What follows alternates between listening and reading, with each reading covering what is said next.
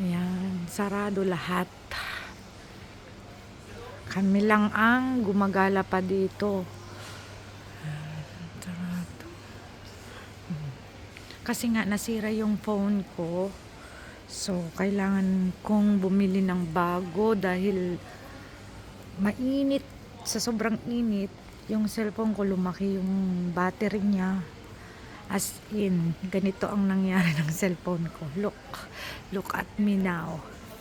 Parang ganito yung nangyari sa cellphone ko. Andali, papakita ko sa inyo. Yung bukas yan. Ito yung isang cellphone ko, basag-basag na kasi, kaya hindi na siya pwede, basag-basag. Tapos wala siyang pindutan, nasira na. So, kailangan ko pa siyang iganyan bago, tapos ito yung nasira. Tingnan nyo naman kasi yung note ko, hindi na maisarado. Ayan, puro may iskas tape na siya. So, ayan, tignan nyo naman, kawawang kawawa ako. Bulky siya, hindi na siya maisarado. So, bumili ako ng cellphone ko. Diba? Pero, dito sa Samsung, medyo okay lang kahit, walang pera, walang trabaho. Pero, bumili pa rin ng telepono. Sang ka pa? Ganun talaga. Walang tao, pa isa-isa. Manikin, sarado. Ang tagal naman ni ate. Kasama ko yung kapatid ko. Ayan. Tapos, yung kaibigan ko, kasama ko pati.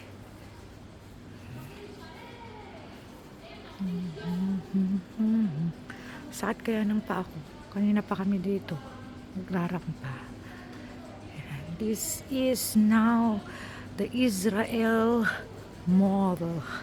Walang katao-tao dahil sarado ang mga store.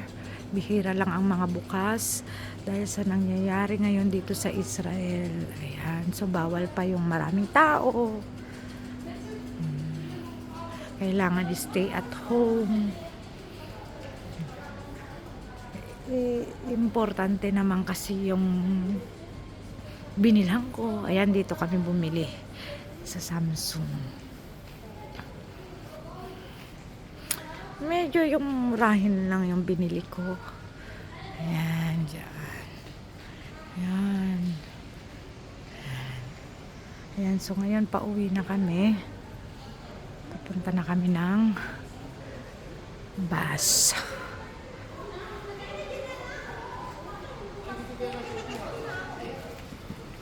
Ano na naman yon? Doon na lang sa bahay kakain. Walang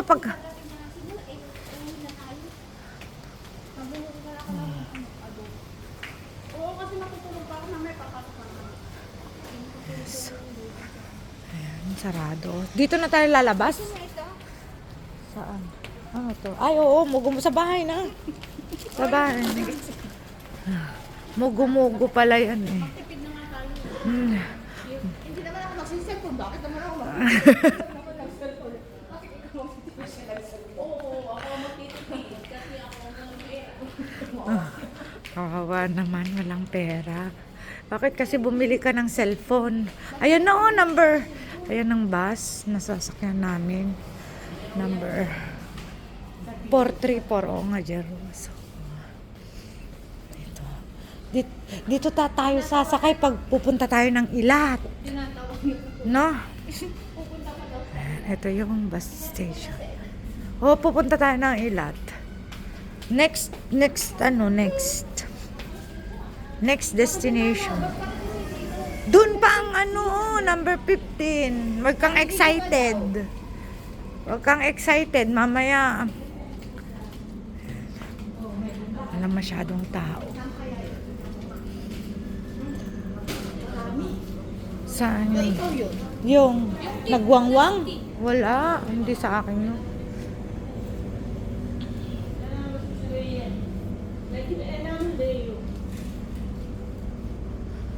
So, hintayin namin yung sasakyan.